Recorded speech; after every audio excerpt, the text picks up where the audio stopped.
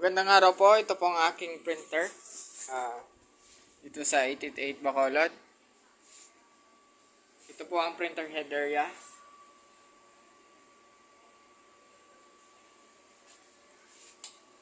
Ito naman po ang capping.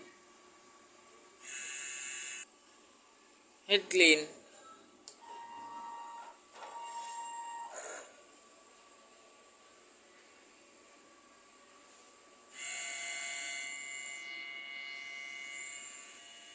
Nozzle check.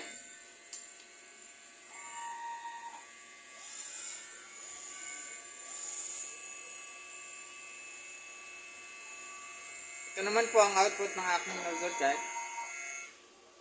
Yan po yung sa white. Yan naman po yung sa colored. Ito naman po ang aking ink tank area. Tama lang po ang ink level nila.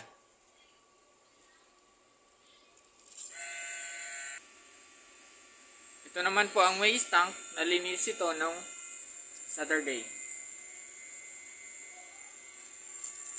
Ito naman po ang AVR. Ito naman po ang ground wire.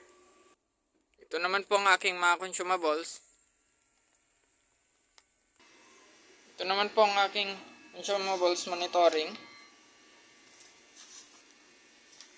Ito naman po yung printer daily checklist. Ito naman po yung daily production log. Yun lang po. Maraming salamat.